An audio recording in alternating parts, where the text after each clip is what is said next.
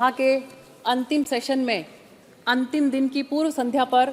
हमें जो आज बोलने का मौका मिल रहा है, और ये भी हमारा परम सौभाग्य है सभापति महोदय कि हमें पुरानी लोकसभा में भी और जो नई जो हमारी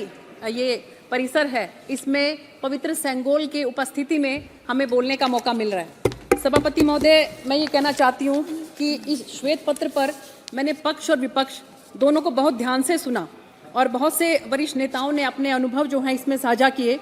तो क्योंकि मैं पहली बार जो है एक सांसद के तौर पर यहाँ पर आई हूँ, तो एक आम नागरिक की भांति जो 10 साल पहले सरकार ने जो काम किए थे और इसके साथ साथ आयकर विभाग में काम करने के लिए जिस तरह से जो उस तरह के जो अनुभव थे, उन दोनों को मैं एक बार सदन के सामने रखना चाहती हूँ कि एक आम नागरिक के तौर पर सभापति महोदय, मुझे ध्यान है कि उस समय में जो कोयला मंत्री थे, तो वो कोयला मंत्री जिस तरह से कोयला के घोटाले के अंदर संलिप्त थे और इसके साथ साथ जो है उन्होंने जिस तरह की टिप्पणी उस समय में महिलाओं के ऊपर कही थी कि शादी जितनी पुरानी हो जाती है उतनी बेकार हो जाती है, इस तरह से। तो मैं तो सौगत दादा को जो है बहुत बहुत इस बात के लिए मुबारकबाद देती हूँ कि उन्होंने 2012 के अंदर समय रहते ही जो है वो उससे पीछा छुड़ा लिया, नहीं तो क्या कहते हैं कि वो कोयले की दलाली में मुँह, कुछ इस तरह से जो है इनके साथ भी होता। इसके साथ साथ मैं कहना चाहती हूँ सभापति महोदय कि जिस तरह से जो पिछली सरकार ने जिस तरह के घोटाले हुए हैं, तो उसमें माननीय प्रधानमंत्री जी ने जब शपथ ली थी तो उनसे किसी ने पूछा था कि आपकी क्या इच्छा है, तो उन्होंने ये बताया था कि मेरी इच्छा ये है कि जो मेरी जाति है, मतलब ये कि जो पॉलिटिक्स के अंदर जो लोग हैं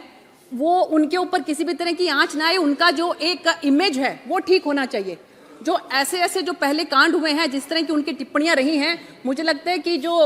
मूवीज बनाने वाले उनके डायरेक्टर प्रोड्यूसर्स को अच्छा मसाला मिल जाता है। आपने देखा होगा कि पहले किस तरह की नेताओं की छवि होती थी और युवा तो खासकर जो है वो पॉलिटिक्स में बिल्कुल आना नहीं चाहते थे। और आज सभापति महोदय हाल ये है कि आप परीक्षा पर चर्चा कर बैठने के लिए वहां पर माननीय प्रधानमंत्री जी को आप सुनिए, और मैं तो ये कहती हूँ कि विपक्ष को भी सुनना चाहिए, ताकि कम से कम वो जो कह रहे हैं प्रधानमंत्री जी उसको सुनकर कुछ अच्छा विपक्ष जो है वो बन सके। और जिस तरह से युवाओं के अंदर जो है माननीय प्रधानमंत्री जी को लेकर उत्साह है, वो अपना रोल मॉडल मानते हैं माननीय प्रधानमंत्री जी को। और आज कितने युवा ऐसे हैं जो राजनीति के अंदर आना चाहते हैं। तो इसलिए मैं कहना चाहती हूँ कि जो नेता कुछ नरेंद्र से देश में चंद हो जाएं, जो नेता कुछ नरेंद्र से देश में चंद हो जाएं, युवा सारे देश के फिर विवेकानंद हो जाएं। तो ऐसे हमारे माननीय प्रधानमंत्री श्री नरेंद्र मोदी जी हैं। तो आप चाहे इसमें किसानों की बात करें, जिस तरह से जो प्रधानमंत्री सम्मान निधि के तहत उनको 2,80,000 करोड़ रुपया जो हमारे किसान भाइयों को, खासकर अगर मैं अपनी सिरसा लोकसभा की बात करूं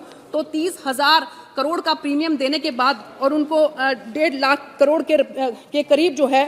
उनको पैसा वापस मिला है। और इसके साथ साथ विकसित भारत संकल्प यात्रा की मैं जिक्र करना चाहूंगी माननीय सभापति महोदय कि विकसित भारत संकल्प यात्रा ने किस तरह से एक सैचुरेशन लेवल लाने के लिए ठिठुरती ठंड के अंदर अधिकारियों को जो है वो बाहर गांव भर जाने के लिए मजबूर कर दिया। मैंने खुद बहुत सी जो विकसित भारत संकल्प यात्रा है उसमें मैंने पार्टिसिपेट किया, और इसमें मैं माननीय मुख्यमंत्री जी हमारे हरियाणा के हैं उनको भी धन्यवाद करना चाहूंगी कि उन्होंने जगह जगह उस विकसित भारत संकल्प यात्रा के अंदर हेल्थ कैंप भी लगाए। कितनी हमारी जो बहनें हैं उनको वहां पर जो है वो गैस के कनेक्शंस मिले, कितने हमारे भाई उनको आयुष्मान कार्ड के तहत जो है वहां पर उनको कार्ड मिले। और इसके साथ साथ सभापति महोदय मैं ये कहना चाहती हूँ कि वहां पर बस 2 मिनट के लिए और सभापति महोदय, जिस तरह का काम जो है हमारी सरकार ने किया है। और एक तिवारी जी की बात सुन रही थी तो वो कह रहे थे कि बोरोइंग के ऊपर बात कर रहे थे, तो बोरोइंग के ऊपर मैं ये कहना चाहती हूँ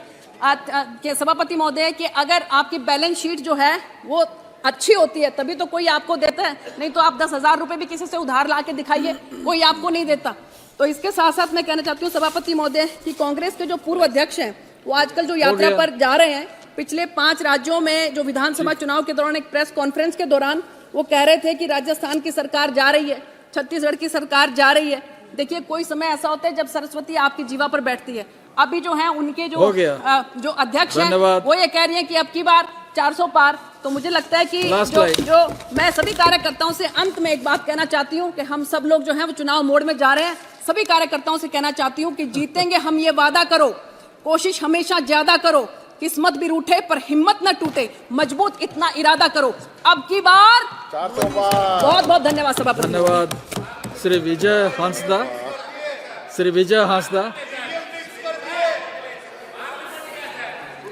श्वेत पत्र पे बोलने के लिए आपने मौका दिया, उसके लिए धन्यवाद।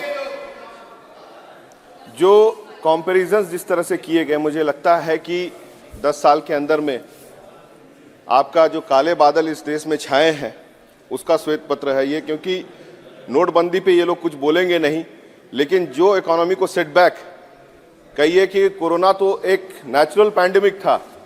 लेकिन नोटबंदी, 2 बार नोटबंदी इस सरकार के द्वारा दी गई इस देश को सोची समझी पैंडेमिक थी। और लगातार जिस तरह से विश्व के तमाम देशों के साथ संबंध खराब हो रहे हैं आपका फॉरेन पॉलिसीज की वजह से, चाइना हमारे देश के अंदर लगातार घुसते चला आ रहा है, उसको ये एक्सेप्ट नहीं कर रहे हैं। फेलियर्स पे फेलियर्स है, लेकिन एक्सेप्ट करने की कोई इनको इच्छा नहीं है। ईडी का जो मिसयूज है, श्वेत पत्र उस पर भी होना चाहिए। हमारे यहाँ, हमारे झारखंड में आदिवासी बहुल्य राज्य में आदिवासी एक मुख्यमंत्री बने, उसे जबरदस्ती उतारने का प्रयास किया। आज कई राज्यों में ईडी के भय से जिस तरह से इन लोग सरकार दबोचने का काम कर रहे हैं, उस पर एक बढ़िया श्वेत पत्र आना चाहिए। लेकिन माननीय हेमंत सोरेन जी झारखंड में झुके नहीं, और आदिवासी का जो व्यक्तित्व है उन्होंने दिखाया, बिना झुके उन्होंने दिखाया कि इनके सामने नहीं झुकेंगे। और मैं कहना चाहूंगा कि judiciary, executive, ED, CBI, income tax का जो मिसयूज, ये अपने आप को कहते हैं कि भाई हम भ्रष्टाचार नहीं करते हैं। इनसे बड़ा भ्रष्टाचारी कोई नहीं हो सकता है जितना judiciary, executive, income tax, CBI, ED का इन लोगों ने मिसयूज किया है। 10 साल बनाम ये शुरू से बता रहे हैं,